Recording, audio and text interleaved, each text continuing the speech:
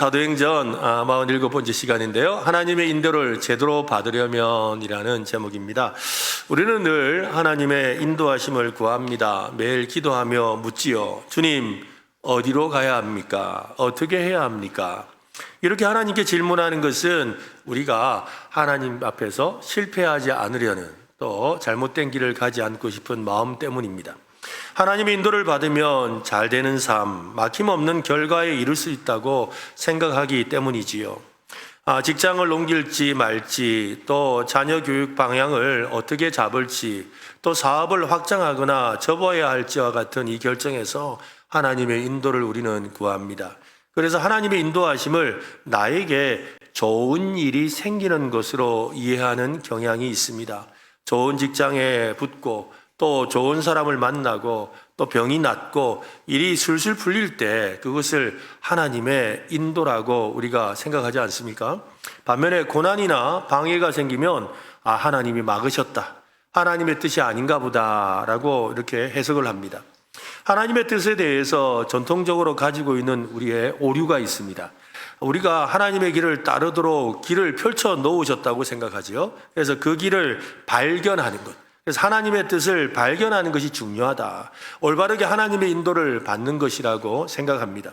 하나님의 뜻을 제대로 발견하면 형통하고, 제대로 발견하지 못하면 어려움을 겪고, 또 미로에서 헤매게 된다고 생각하는 경향이 있습니다. 이것은 하나님의 뜻에 대한, 하나님의 인도하심에 대한 우리 전통적인 그런 오류, 오해입니다.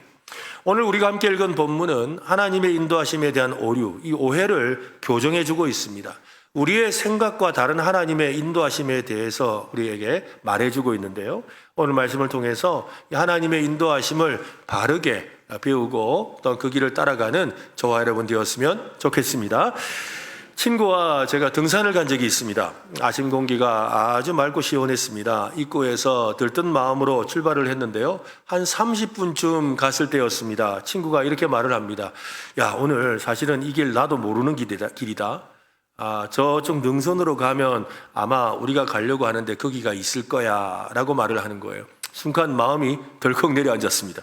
친구만 믿고 입구에 있는 등산 안내 지도를 저는 보지 않았거든요. 불확실한 길을 걸어야 한다는 생각에 마음이 영 불편했습니다. 능선을 따라 걷기는 했지만 이정표 없는 갈림길이 나타날 때마다 서로를 바라보면서 야, 이쪽 맞겠지? 이 갈림길만 나오면 그 이야기를 하는 거야. 야, 이쪽 맞겠지? 아닌가? 맞을 텐데. 조금만 더 가면 나오지 않을까? 그렇게 몇 시간을 걸어서 겨우 목적지에 도달했습니다. 그날 등산을 마치고 집으로 돌아와서 낮에 있었던 일을 가만히 혼자 묵상해 보았습니다. 길을 찾느라 중요한 것을 놓친 등산이었습니다. 어떤 걸 놓쳤을까요? 친구와 함께 이야기하게 하고 나누고 즐겁게 동행하려고 했는데 한 말이라고는 그거밖에 없어요. 이 길 맞나? 그죠? 등산을 하면서 둘이서 한 말은 그거밖에 없는 거예요. 이 길 맞나? 아닌 것 같은데, 그 말밖에 하는 이야기가 없더라고요. 제가 길을 가면서 함께 그동안 어떻게 살았는지, 고민이 뭔지 이런 걸 나누고 싶었는데 그런 말을 못 했더라고요. 우리는 사도 바울이 예루살렘으로 향하는 그 여정을 살펴보고 있습니다. 그의 여행은 사명의 완수나 교회 방문 이상의 의미가 있습니다. 자신이 체포당하고 심지어 죽을 수도 있음을 알면서도 굳이 예루살렘으로 가려고 합니다. 왜 그럴까요? 바울은 예루살렘을 향해 가는 그 길을 예수님이 예루살렘으로 걸어가셨던 길과 연결하고 있습니다. 바울에게 예루살렘은 본격적으로 시작될 십자가의 길의 출발점이었습니다. 바울의 모습을 묵상하면 할수록 예수님의 향기가 진하게 느껴지는 이유입니다. 예수님도 예루살렘으로 향해 가실 때 제자들과 주변 사람들이 안 됩니다 하고 막았지요. 왜냐하면 예수님이 가는 그 길에 고난이 있고 죽음이 기다리는 걸 알기 때문이었습니다. 예수님도 그 고난과 죽음을 정확히 알고 계셨습니다. 그러나 나는 그 길을 가야 한다라고 하시며 결국 십자가에 이르르셨습니다. 바울 역시 나는 죽을 각오가 되어 있다라고 하면서 비슷한 영적인 결단을 하고 있습니다. 오늘 본문을 보면 바울은 여러 곳을 방문했습니다. 가는 곳마다 성령님의 영감을 받은 이들이 예루살렘에 가지 말라고 권면합니다. 4절 말씀을 한번 보세요. 같이 읽어보겠습니다. 제자들을 찾아 거기서 이래를 머물더니 그 제자들이 성령의 감동으로 바울더러 예루살렘에 들어가지 말라 하더라. 여러분, 이쯤 되면 하나님의 인도하심은 뭡니까? 가는 곳마다 성령님이 당신 결박당하고 죽을 수 있습니다 라고 이야기를 했대요. 그 말을 들었다면 하나님의 인도하시면 뭐죠? 가지 말라. 그죠? 가라, 가지 말라. 가지 마시오 라고 생각하는 것이 정상입니다. 막무가내식의 고집을 부리는 것처럼 바울이 보일 수도 있습니다. 근데 아닙니다. 그는 하나님의 인도하심을 정확하게 따르고 있는 것입니다. 그는 결과 중심의 인도하심이 아니라 여정 중심의 인도하심을 따르고 있습니다. 이게 참 중요합니다. 한번 따라할까요? 여정 중심. 네, 말이 좀 어렵죠. 다시 한번 더. 과정 중심. 네, 좀 더 쉽게 할까요? 하나님의 인도는 과정이다. 예, 우리는 하나님의 인도를 결과로 생각합니다. 하나님의 인도를 결과로. 그런데 하나님의 인도하심은 과정이에요. 그것을 어떻게 할 수 있느냐? 여러분 한번 생각해 보세요. 우리 자녀들을 키우다가 우리 애가 어떤 대학을 갔으면 하는 생각이 들죠. 그래서 그 대학에 갔으면 하나님이 인도하셨다라고 해요. 근데 그렇게 오래도록 기도하던 대학에 못 갔어요. 그러면 어떻게 생각하죠? 또 우리 아이가 때가 되어서 직장을 취직하게 되었습니다. 직장에 취직하려고 하는데 기도하던 좋은 직장에 가게 되었어요. 하나님 인도라고 생각하죠. 근데 원하는 직장에 못 가게 되었어요. 그러면 어떻게 생각하죠? 근데 여러분 또 어떤 일에 있어서 그런 일들을 겪잖아요. 근데 여러분 그 자녀들이 지금 성장해서 있는 모습을 보면 그때 그 대학을 가지 못한 것이, 그때 그 직장을 가지 못한 것이 하나님의 인도가 맞나요? 그 대학을 꼭 가야 되는 것이 하나님의 인도였나요? 그죠? 그러니까 우리가 하나님의 인도하심에 대해서 나도 모르게 어떻게 생각한다? 결과 중심적으로 생각하는 거예요. 지금 내가 원하는 그 목적, 그 결과가 이루어지면 하나님의 인도. 지금 그게 안 이루어지면 하나님의 인도가 아니구나 생각하는데 막상 우리의 우리의 삶을 보면 하나님의 인도하심을 우리는 지금까지 경험하며 여기까지 왔습니다. 맞습니까? 그죠? 그래서 하나님의 인도하심은 결과가 아니라 무엇이다? 과정이다. 한번 더 할까요? 하나님의 인도하심은 결과가 아니라 과정이다. 그러니까 애가 대학 어떻게 못 갔다고, 또 성적 좀 못 받았다고, 또 원하는 집에 이사를 못 갔다고, 취직이 안 됐다고, 또 하던 일이 갑자기 힘들어졌다고, 여러분 실망할 일이 아닙니다. 하나님이 지금도 인도하고 계신 줄로 믿으시기를 바랍니다. 하나님의 인도하심에 대한 이런 오해를 우리가 바로잡아야 합니다. 하나님의 인도하심은 항상 좋은 결과로 이어져야 된다고 생각하는 거, 그게 바로 오해라는 겁니다. 우리는 실패하지 않는 길, 고통이 없는 길, 순조롭게 풀리는 길을 하나님의 길이라고 믿습니다. 그래서 결과에 집중합니다. 이 길을 선택하면 어떤 결과가 올까? 이 결정을 내리면 나에게 이득이 될까? 손해가 될까? 우리는 언제나 이 마침표를 먼저 상상하고 거기에 맞는 길을 찾습니다. 그런데 하나님은 그 마침표보다 그 마침표까지 도달하는 여정, 과정을 더 중요하게 여기십니다. 하나님이 아브라함에게 가라라고 하셨을 때 목적지는 보여주지 않으셨습니다. 내가 너희에게 보여주게 될 땅에 가라라고 하셨어요. 요셉도 마찬가지입니다. 꿈을 꾸었지만 그 꿈이 성취되기까지는 수많은 눈물과 수치와 고난의 길을 통과해야 했습니다. 하나님의 인도하심이 반드시 좋은 결과로 나타나지 않을 수 있다는 말입니다. 예루살렘으로 향하는 길은 겉보기에는 실패와 손해의 길입니다. 심지어는 자살 행위처럼 보입니다. 그것은 결과 중심의 생각입니다. 바울은 결과가 아니라 그리스도의 길을 따라가고 복음이 더 넓은 지역으로 확장되는 여정 중심의 인도하심으로 생각하고 있습니다. 그는 훈련하시고 또한 순종을 배우게 하시고 또 복음의 열매를, 또 복음의 열정을 완성하시는 여정으로, 과정으로 말입니다. 우리는 종종 하나님의 인도를 문을 열어주시느냐 닫으시느냐로 판단하는 경우가 많지요. 어떤 경우는 문이 열려 있어도 가지 말아야 하고 문이 닫혀 있어도 두드려야 하는 경우가 있죠. 여러분 그렇지 않습니까? 그런데 우리는 기도하다가 길이 열리면 하나님의 뜻인가 보다 가다가 실제로는 아닌 경우도 많아요. 여러분 길이 열렸다고 다 가는 게 아니에요. 반대로 문이 막혔다고 아이고 문이 막혔구나 하고 포기하는 분도 많지요. 근데 두드리라 열릴 것이라 하셨잖아요. 그러니 여러분 열렸다고 갈 것도 아니고 닫혔다고 포기할 일도 아니라는 것입니다. 중요한 것은 열렸느냐가 아닙니다. 그 길에 하나님이 함께하고 계시느냐에 있습니다. 목적지가 확실하냐보다 지금 이 한 걸음 속에 그분의 임재하심을 느끼며 내가 걸어가고 있느냐에 있다는 것입니다. 여러분 혹시 사주나 각종 점괘 이런 데 좀 관심 있으세요? 오늘의 운세 이런 거 좀 보세요. 요즘에 이 젊은이들이 그런 것에 굉장히 많이 빠져든다고 합니다. 근데 이거는 뭐 예나 지금이나 비슷한 것 같아요. 우리 경산에서는 잘 보기는 어렵지만 그래도 여기 마트 같은 데 가다 보면 그건 있더라고요. 타로 카페. 이렇게 타로 카페가 뭐냐면 타로 점을 봐준다는 거거든요. 차 한잔 하면서 타로 점을 봐준대요. 제가 부산에 있을 때는 제가 사역을 할 때 교회가 왕복동 중심가에 있었기 때문에 그 내려오면 그 저녁 되면요 막 호롱불 같이 피워놓은 조그마한 곳들이 많아요. 그게 보면 막 다 뭐냐면 사주, 팔자, 관상 뭐 이런 거 봐준다고 앉아 있어요. 근데 여러분 그 자리에 누가 갈 것 같으세요? 나이 드신 분들은 안 가요. 대부분 다 20대 청년들이 앉아 있어요. 그것도 혼자 앉아 있는 게 아니라 남녀가 같이 앉아 있어요. 둘이가 헤어질지 말아야 될지 고민이 되는가 봐요. 그래가지고 앉아 있어요. 이 젊은 사람들이 굉장히 많이 앉아 있어요. 근데 왜 젊은 사람들이 이렇게 뭐 사주나 뭐 타로나 무슨 뭐 운세나 이런 데 관심이 많을까요? 미래가 궁금하잖아요. 그리고 자기가 앞으로 어디에 가 있게 될지 또 어떤 자리에 있게 될지 그 미래에 대한 궁금함이 늘 크죠. 그리고 그 내가 지금 선택하는 이 일 때문에 어떻게 해요? 지금은 여기서 선택하지만 나중에 어떻게 돼요? 저 멀리 이렇게 떨어지잖아요. 내가 여기서 선택한 일인데 나중에 내 인생을 살고 나면 저 멀리 가 있는 거예요. 그러니까 이 처음에 내가 선택을 잘해야 된다는 생각 때문에 그래서 미래에 대해서 자꾸 궁금해지는 거지요. 알고 싶은 거예요.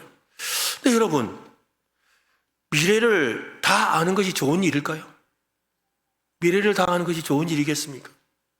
가령 여러분 배우자가 40대에 중병을 앓는다거나 손자가 심한 장애를 입을 것이라는 것을 하나님이 여러분에게 미리 알려주신다고 한번 생각해 보세요. 또 여러분이 죽을 날을 하나님이 알려주신다고 한번 상상해 보세요. 그런 정보를 여러분 정말 알기를 원하세요? 안다고 해서 무엇이 바뀌겠습니까? 안다고 뭐가 바뀔까요?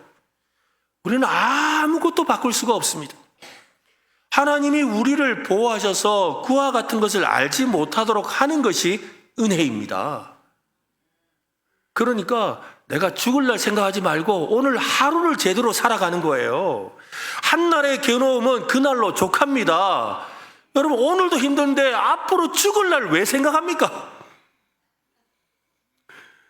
앞으로 뭐 병이 걸릴지 그거는 그때 가서 생각하세요. 그죠? 한날의 괴로움은 그날 족하다 하셨잖아요. 내일 일은 내일이 염려하게 하라 하셨어요. 중요한 것은 여러분 결과가 아니라 과정입니다.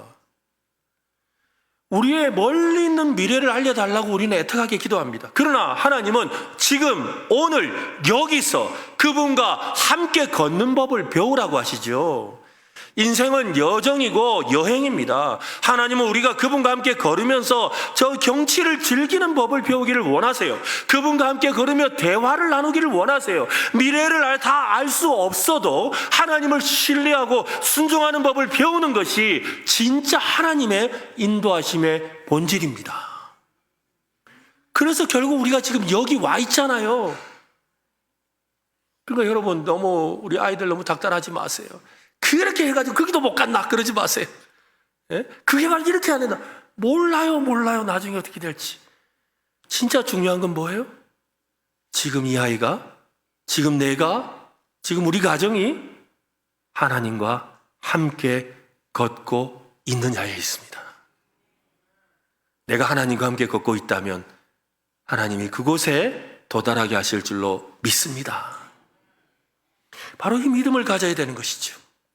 바울처럼 우리도 하나님의 인도하심의 결과가 아니라 그 여정, 과정을 따라가는 그런 하나님의 인도하심을 받는 지혜로운 성도 되시기를 바랍니다. 신앙생활을 하다 보면 하나님께서 막아주시는 것을 경험할 때가 있습니다.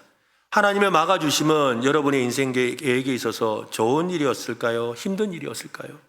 가만히 생각해 보면 하나님이 그때 막아주셔서 그때 안 막아주셨더라면 내가 이대로 안 살 텐데, 이런 후회들 안 하세요? 그때 하나님이 막아가지고 저도 그때 하나님이 안 막아주셨으면 딱 1,000만 원만 더 있었으면 제가 25평 아파트를 샀걸랑요. 그 아파트가 지금 제가 알기로 5억인가 6억 정도 하는데 1,000만 원만 있었으면 세상에 안 사길 다행입니다, 사실은. 그런데 그런 생각이 들잖아요. 우리가 그때 그거 그런 생각이 우리 속에 있거든요. 길이 막히고 직장이 막히고 관계가 막힐 때가 있습니다. 저도 그렇더라고요. 하나님 왜 그때 그걸 왜 막으셨습니까? 하나님 이해가 안 됩니다. 그런데 그 막아주신 것이 나에게 지금 생각해보면 그 원망했던 것이 부끄럽지요. 계획했던 일이 잘 풀리지 않을 수도 있습니다. 보통은 하나님의 막아주심은 나를 힘들게 하는 상황일 때가 많습니다. 물론 어떤 경우는 하나님의 막아주심에 감사를 드리기도 합니다. 이건 실제 간증입니다. 제가 아는 집사님 한 분이 비행기를 타려다가 비행기를 놓쳤어요.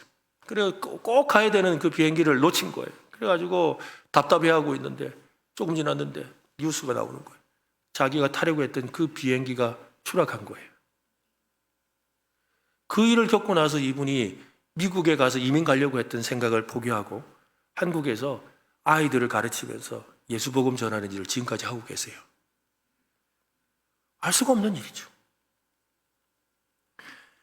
여러분의 삶에 하나님이 위험한 일은 피하게 해주시기를 바랍니다.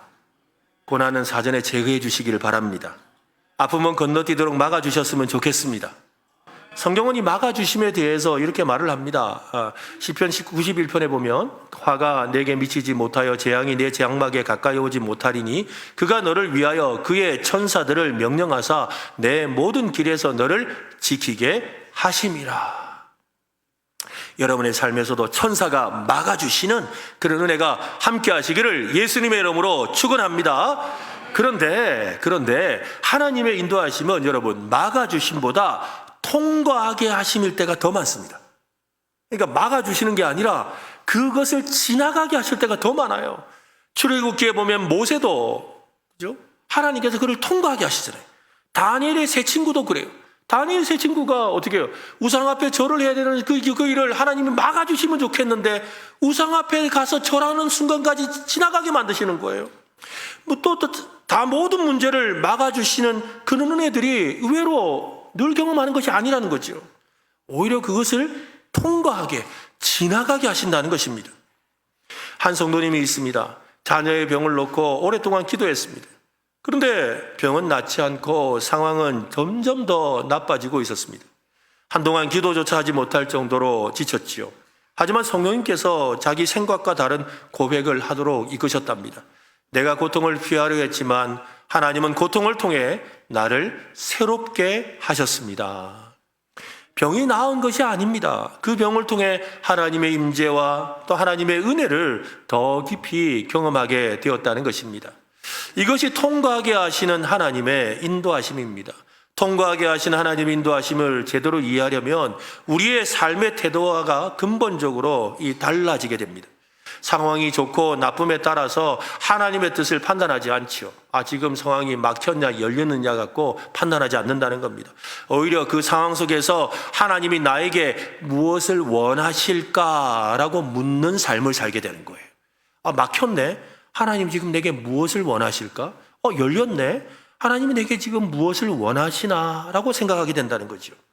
바울이 가이사랴에 머물고 있을 때 아가보라는 선지자가 찾아와서 예언을 합니다. 사도행전 21장 오늘 보면 11절에 보면요, 우리에게 와서 바울의 띠를 가져다가 자기 수족을 잡아매고 말하기를 성령이 말씀하시되 예루살렘에서 유대인들이 이같이 이 띠 임자를 결박하여 이방인의 손에서 넘겨주리라 하거늘, 아가보는 바울이 예루살렘에 가면 결박당할 것이라고 성령님의 메시지를 생생하게 바울의 띠를 가지고 설명을 했습니다. 상황이 그쯤 되면 당연히 그죠? 안 가야 되겠네. 성령님께서 알려주시니 막으시는 사인이네 라고 해야 정상이지 않겠습니까? 하지만 바울의 반응은 전혀 다릅니다. 13절입니다. 같이 읽겠습니다. 바울이 대답하되 여러분이 어찌하여 울어 내 마음을 상하게 하느냐? 나는 주 예수의 이름을 위하여 결박당할 뿐 아니라 예루살렘에서 죽을 것을 각오하였노라 하니. 어떻게 여러분 이런 대답을 할 수 있을까요? 성령님이 분명히 말씀해 주셨지 않습니까? 네 가면 잡힌다, 네 가면 죽는다 말씀하셨어요. 그런데 어떻게 사도 바울은 그 말씀에 순종하지 않을까요? 왜 순종하지 않을까요? 사실 오늘 말씀을 여러분이 가만히 살펴보신다면 성령님이 말씀하셨다고 하는 그 내용성 어디에도 예루살렘에 가거라 아니면 예루살렘에 가지 말아라 어떤 표현도 없습니다. 가라고도 하지 않으셨고 가지 말라고도 하지 않으셨어요. 그냥 네가 예루살렘 가면 붙잡힐 거고 묶일 것이고 죽을 수도 있다는 그 이야기를 하신 거예요. 단지 상황을 설명할 뿐입니다. 가지 말라고 말한 것은, 또 가지 말라고 말린 것은 사람들의 이야기죠. 사람들의 해석입니다. 그 해석은 어디에서 나왔어요? 두려움에서 비롯되었지요. 바울이 예루살렘에 가면 고난이 있다는 것은 사실입니다. 그러나 그러므로 가지 말아야 한다는 결론은 성령님의 뜻이 아니라 사람들의 계산이었습니다. 같은 말씀을 두고 다른 해석을 하고 있습니다. 바울은 성령님의 경고를 방지, 그죠? 막아주심, 그렇게 생각한 것이 아니라 예고로 받아들였어요. 아, 그런 일이 있구나. 여러분, 오늘 저녁부터 비가 많이 온답니다. 여러분, 예고를 들었어요. 그럼 어떻게 해야 되죠? 어떻게 해야 돼요? 내가 비가 많이 오는데 제가 지금 약속 장소를 가야 돼요. 그럼 어떻게 하세요? 우산 들고 가야 되겠구나. 맞죠? 그게 예고를 한 거잖아요. 그런데 오늘 저녁에 비가 너무 많이 오기 때문에 가지 마세요. 이건 경고예요, 경고. 그럼 안 가야 돼요. 약속 취소해야 돼요. 그런데 오늘 저녁에 비가 많이 옵니다. 예고했어요. 약속 장소 가려고 해요. 어떻게 해야 돼요? 우산 들고 가면 되는 거 아니에요? 그게 바로 예고라는 거예요. 바울은 통과를 위한 하나님의 예고하심으로 생각했다는, 그러니까 어떻게 하면 돼요? 마음에 단단히 무장하고 가야 되겠구나. 정말로 내가 성령 충만해서 가야 되겠구나 하고 단단히 무장한다 이 말입니다. 우리도 마찬가지입니다. 하나님은 우리에게 정보를 주시되 해석은 우리의 몫에 맡깁니다. 이게 바로 신앙이에요. 이게 중요한 거예요. 하나님은 우리를 믿음으로 한 걸음 한 걸음씩 걷게 하십니다. 마치 출애굽 당시에 홍해 앞에 선 모세를 한번 생각해 보세요. 모세가 아니 하나님이 인도하신다고 했는데 홍해 앞에 섰는데 바다예요. 아니 여기서 어떻게 해야 돼? 근데 하나님이 어떻게 하셨어요? 홍해를 가르시고 지나가게 하셨습니다. 여러분, 우상 앞에 절을 해야 된대요. 다니엘의 세 친구들이 걱정이 돼요. 피할 수도 없어요. 뭐 아파서 못 가게 된다든지 아니면 행사가 취소될 줄 알았는데 그대로 진행되는 거예요. 그가 어떻게 해야 돼? 피할 수 없는 일인 줄 알지요. 그래서 그들이 어떻게 해요? 그리 아니하실지라도 나는 하나님만 섬기겠습니다. 하나님 믿음으로 무장하고 가잖아요. 그랬더니 7번나 뜨거워진 그 불불불 속으로 들어가도 불 속에라도 들어가서 그곳에서 누굴 만나요? 주님을 만나잖아요. 다니엘이 하나님께 기도하면 안 된다라는 공표를 알면서도 그는 그것을 막아주심으로 생각하지 않지요. 알면서도 창문을 열고 기도해요. 창문을 열고 기도하니까 어떤 일이 생겨요? 아니 갑자기 법이 바뀌었습니까? 상황이 바뀌었습니까? 아니에요. 그는 결국 사자굴로 들어갔어요. 사자굴로 들어갔는데 어떤 일이 벌어지죠? 하나님께서 그 사자의 입을 막으셨어요. 하나님께서 그렇게 역사하신다는 거예요. 하나님께서 여러분과 함께 하시면 그런 역사가 일어날 줄로 믿으시기를 바랍니다. 막아주시냐가 아니라 통과하게 하실 때 하나님이 함께 하시면 됩니다. 오늘 여러분의 삶에 고난이 있고 어려움이 있고 문제가 있다 할지라도 하나님이 함께 하심을 믿으시기를 바랍니다. 하나님이 함께 하십니다. 사자굴에도 함께 하십니다. 불못불에도 함께 하십니다. 바다 가운데도 함께 하십니다. 그 하나님의 함께 하심이 하나님의 인도하심이에요. 성경에서 막아주신다는 말씀보다 통과하게 하신다는 말씀이 더 많습니다. 하나님은 우리를 통과하게 하시는 거예요. 이사야 43장 2절을 보세요. 내가 물 가운데로 어떻게 할 때에? 지날 때에 내가 너와 함께 할 것이라. 강을 어떻게 할 때에? 건널 때에 물이 너를 침몰하지 못할 것이며 네가 불 가운데로 지날 때에 타지도 아니할 것이요 불꽃이 너를 사르지도 못하리니. 하나님은 고난을 면제해 주시는 게 아니라 고난 속으로 함께 걸어가서 통과하도록 돕겠다고 약속하셨습니다. 이것이 복음의 역설입니다. 예수님도 그러셨습니다. 십자가를 피하지 않으셨습니다. 베드로는 예수님께 예수님 그림하지 마세요. 그 일 말씀하지 마세요. 결코 그런 일이 예수님께 미치지 않을 것입니다 라고 힘주어서 예수님 앞에 막아섰습니다. 그때 예수님이 단호하게 말씀하셨죠. 사탄아 내 뒤로 물러가라.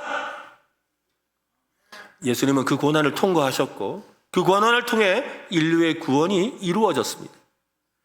우리의 삶 속에서도 이런 일이 일어납니다. 질병을 피해달라고 기도하지만 하나님은 치료가 아니라 그 병을 통해 겸손함을 배우는 길로 인도하십니다. 관계의 갈등을 없애달라고 기도하는데 그 갈등을 통해 용서와 화해를 배우고 그 힘든 사람들, 상처받은 사람들 돕는 사람으로 세우기도 하시죠. 사업의 어려움 속에서 벗어나길 바라지만 그 위기 속에서 우리의 믿음의 중심이 바로 잡혀서 진짜 믿음의 길을 걸어가게 만드시는 거예요. 우리를 어려움 속에서 건져내는 대신에 그 어려움 가운데 함께 하시며 그 길을 통과하게 해주시는 것이 하나님의 인도하심입니다. 이번에 태국의 메소시라는 곳에 가서 미얀마 난민들 가정을 방문해서 그 가정에서 이렇게 위해서 기도하다가 그 선교사님이 목사님 이 가정을 위해서 축복의 말을 한마디 해주면 좋겠다라고 하시더라고요. 축복의 말을 했는데 어떤 말을 했느냐면 지금 겪고 있는 이 고난이 참 힘들고 어렵지만 고난은 터널입니다. 이 터널은 지나가면 밝은 날이 옵니다. 그 날이 꼭 올 줄로 믿습니다 라고 이렇게 축복의 말을 했어요. 그랬더니 선교사님이 통역을 다 하시고 나서 웃으면서 이야기하시더라고요. 근데 목사님 죄송한데요 미얀마 사람들은요 터널이 뭔지를 몰라요. 왜냐하면 그 나라에는 터널이 없대요. 그래서 터널을 이런 말을 표현을 못해서 선교사님이 즉흥적으로 동굴 같은 이런 굴이라도 끝까지 가면 하나님이 도와주신다 그렇게 설명을 했다는 거예요. 여러분은 터널을 아시죠? 아시죠? 여러분 고난은 터널입니다. 그 터널에 하나님이 함께 하십니다. 여러분도 꽃돌더라는 이 찬양 아시죠? 그 가사가 바로 통과하게 하시는 주님의 은혜를 노래하고 있잖아요. 이곳에 생명샘 솟아나 눈물 골짝 지나갈 때에 머자나 열매 맺히고 웃음소리 넘쳐나리라. 아멘. 진정으로 하나님의 인도하심을 바란다면 우리의 기도가 바뀌어야 합니다. 하나님 이 고난을 거두어 주세요가 아니라 하나님이 이 고난 속에서 나와 함께 하심을 믿습니다. 믿음으로 통과하게 하여 주시옵소서. 이렇게 기도하는 저와 여러분 되시기를 바랍니다. 바울은 고난을 피할 수도 있었고 사람들의 조언을 따라 얼마든지 다른 길을 택할 수도 있었습니다. 선택의 순간에 자기보다 하나님의 뜻을 더 중요하게 여겼습니다. 13절을 다시 보십시오. 바울이 대답하되 여러분이 어찌하여 울어 내 마음을 상하게 하느냐. 나는 주 예수의 이름을 위하여 결방당할 뿐 아니라 예루살렘에서 죽을 것도 각오하였다. 그죠? 아까 예고라고 생각했기 때문에 그는 뭐하고 있어요? 단단히 무장하고 있다고 이야기하는 거예요. 이 고백은 그냥 결심이 아닙니다. 하나님의 인도하심에 대한 자발적인 순종입니다. 이 고백은 바울의 마음 중심에 무엇이 있는지를 보여줍니다. 오직 그 길이 하나님께서 원하시는 길이라면 기꺼이 순종하겠습니다 라고 고백하고 있습니다. 이러한 자발적인 순종은 억지로는 나올 수가 없는 겁니다. 강요한다고 되는 것도 아닙니다. 하나님의 관계 속에서 하나님의 마음을 깊이 아는 사람만, 하나님을 신뢰하는 사람만이 할 수 있는 일이지요. 예수님이 가르쳐준 기도에 바로 그 뜻이 나와 있습니다. 예수님이 가르친 기도 주기도문에 보면 그러므로 너희는 이렇게 기도하라. 하늘에 계신 우리 아버지여 이름이 거룩히 여김을 받으시오며 나라가 임하시오며 그 다음에 뜻이 하늘에서 이루어진 것 같이 땅에서도 이루어지이다. 하나님의 뜻이 이루어지기를 바라고 있는 것이죠. 우리가 하나님의 인도하심을 구할 때 우리의 숨은 동기를 점검해야 합니다.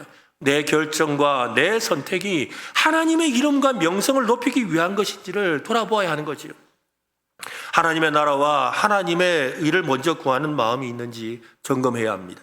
혹시 하나님께 기도는 하지만 하나님이 내 뜻에 맞춰주시기를 바라고만 있다면 한번 우리의 기도를 점검해 봐야 돼요. 하나님을 믿는다라는 것은 나의 안전과 편안함보다 하나님의 나라와 하나님의 이름과 하나님의 영광을 더 중요한 목표로 삼는 데 있습니다. 자발적인 순종이라는 것은 하나님을 더 신뢰하는 데서 나오는 겁니다. 하나님의 뜻이 힘들고 어렵고 때로는 내 생각과 맞지 않아도 그분이 선하시기에 신뢰하고 따라가는 것이 진짜 순종입니다. 이거 하나님 뜻이 그렇다고, 이거 아닐 텐데, 이거 아닐 텐데, 이거 하나님의 뜻이라고, 이거는 나에게 별로 좋은 일이 아닌데, 이거 아닐 텐데, 그렇지만, 하나님이 그렇다 하시면 그 길이 더 좋은 길인 줄로 믿습니다. 이 고백이 자발적인 순종이라는 거예요. 바울은 예루살렘에 도착해서 야고보와 장로들과의 만남을 가집니다. 바울은 유대인 성도들 사이에 퍼진 오해를 듣습니다. 바울이 율법을 버리도록 사람들에게 강요하고 가르쳤다고 하지요. 야고보와 장로들은 바울에게 성전에 가서 이 결례를 행하고 선한 자들과 제사를 지내므로 네가 율법에 대해서 그런 식으로 말하지 않는다는 걸 형식적으로라도 좀 보여주라 라고 권합니다. 바울은 이 권면에 이렇게 하면서 내가 아닌데 내가 원래 그래 안 했는데 그 사람들이 오해한다고 굳이 내가 그럴 필요 있습니까? 내가 굳이 이런 식으로까지 내가 행동하면서 그러면 내가 그동안에 저 이방 땅에 가서 복음 전하면서 율법에 대해서 말했던 게 다 뒤집어 엎어지는 거 아니겠어요? 그럴 수는 없어요. 이럴 수도 있었단 말이에요. 그럴 수는 없지요. 내가 안 되지요. 내가 지금까지 그렇게 안 살았는데 라고 말할 수 있었지만 바울은 그렇지 않는 거예요. 오히려 그는 그 권면에 순종을 합니다. 그동안 바울은 누구보다 율법에서의 해방을 강조했습니다. 이미 갈라디아서에서 율법의 의로움에 대해서 명확히 정리했고 복음의 자유를 분명하게 알고 있습니다. 바울이 율법의 규례를 지키려고 하는 거예요, 지금. 그런데 그 율법의 규례를 지키려고 하고 있어요. 자신의 자유를 자발적으로 내려놓고 복음의 문이 닫히지 않게 하려고 있습니다. 26절을 보세요. 같이 읽어보겠습니다. 시작. 바울이 이 사람들을 데리고 이튿날 그들과 함께 결례를 행하고 성전에 들어가서 각 사람을 위하여 제사 드릴 때까지의 결례 기간이 만기된 것을 신고하니라. 바울은 고린도 교회 성도들에게 편지하면서 자신은 순종의 사람, 복종의 사람이 되고자 종이 되었다라고 했습니다. 그는 자유인이지만 스스로 낮아지고 스스로 순종했습니다. 여러분, 종의 가장 큰 특징이 뭘까요? 종은 순종하는 사람이에요. 그죠? 종은 순종하는 사람이에요. 여러분은 그리스도의 종이라고 말하지 않습니까? 그 말은 무슨 말이에요? 그리스도께 순종하는 사람이라. 우리가 하나님의 종이라고 말합니다. 하나님의 종이란 말은 무슨 말이에요? 하나님께 순종하는 사람. 사도 바울은 고린도전서에서 이렇게 말을 합니다. 내가 모든 사람에게 자유로우나 스스로 모든 사람에게 종이 된 것은 더 많은 사람을 얻고자 합니다. 혹시 여러분에게 하나님께서 요구하시는 순종이 있습니까? 순종해야 하는 줄 알지만 마음이 내키지 않는 문제가 있습니까? 이해가 되지 않아서 혹시 손해가 너무 커 보여서 망설이고 있지는 않습니까? 그렇다면 하나님을 더 깊이 바라보시기 바랍니다. 주님 앞에 솔직히 고백하십시오. 주님, 지금 제 마음이 준비가 안 됐습니다. 그러나 주님을 믿고 따르고 싶습니다. 그런 솔직한 고백을 하세요. 이 솔직한 고백이 순종의 시작입니다. 한번 따라해 볼까요? 주님, 제 마음이 아직 준비되지 않았습니다. 그러나 주님의 뜻을 따르고 싶습니다. 이 고백을 통해 순종의 걸음을 내딛기를 바랍니다. 바울은 결국 예루살렘에서 붙잡힙니다. 사람들이 말리던 대로 일이 결국 일어났습니다.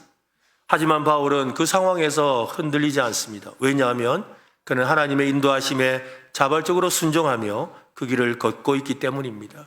자발적으로 순종하는 사람은 상황 속에서 하나님의 임재를 발견합니다. 우리의 신앙에도 이 자발적인 순종이 필요합니다. 교회에서 여러 가지로 봉사하는 일들, 또 선교사에게 참여하는 일들, 또 예배를 드리는 일들, 또 헌금 생활하는 일들, 각종 섬김과 같은 모든 영역에서 억지가 아니라 기쁨으로 감당할 때 하나님의 인도하심을 경험할 수가 있습니다. 우리는 주님의 길을 따라가는 사람들입니다. 순종을 통해 인도하심을 경험하시기를 바랍니다. 학생들이 모여서 목공 수업을 받고 있었습니다. 학생들이 그 작업대 위에 다 모여 있는데 이 목공을 가르치는 선생님이 학생들에게 수업을 시작하기 전에 늘 이렇게 외치도록 했습니다. 연장을 잘 간수하고 나무는 결대로 자른다. 연장은 잘 간수하고 나무는 결대로 자른다. 이걸 학생들에게 계속해서 반복해서 이렇게 외치게 했습니다. 학생들은 그 말을 반복하는지 처음에는 이해되지 못했습니다. 하지만 얼마 지나지 않아서 선생님의 그 말 속에 지혜가 담겨 있는 것을 깨닫게 되었지요. 나무를 자를 때는 반드시 나무 결을 따라야 합니다. 결을 거슬러 자르면 톱날이 걸려서 안 잘려요. 나무 섭리가 찢어지죠. 원하는 모양을 얻을 수가 없습니다. 반대로 나무 결을 따라 자르면 매끄럽고 정확하게 잘립니다. 인생도 그렇습니다. 하나님의 뜻을 거슬러 살면 삶이 거칠어지고 상처가 많습니다. 그러나 하나님의 인도하심을 따라 살면 은혜롭고 행복합니다. 그분이 세상을 설계하신 방식대로 따라가야 합니다. 하나님의 인도하심의 결을 따라 살아가면 당장의 고난이 있다 해도 그 안에 숨겨진 질서와 평안을 누리게 될 겁니다. 반드시 하나님이 계획하신 곳에 이르게 될 것이고 하나님이 예비해 두신 축복을 받게 될 줄로 믿으시기를 바랍니다. 하나님의 인도하심을 따라 사는 삶은 하나님의 결을 따라 사는 삶입니다. 매일의 선택 속에서 이 길이 하나님의 말씀과 뜻에 합당한 길인지, 이 결정을 통해 하나님의 이름이 높아지는지를 자문하고 그 길의 끝이 어떤 결과로 이어질지는 우리는 알 수 없지만 그 길에 주님이 함께 하신다면 두려울 것 없다라는 이 믿음의 고백을 가지고 주님의 인도하심을 따라 살아가는 저와 여러분 되시기를 예수님의 이름으로 축원합니다.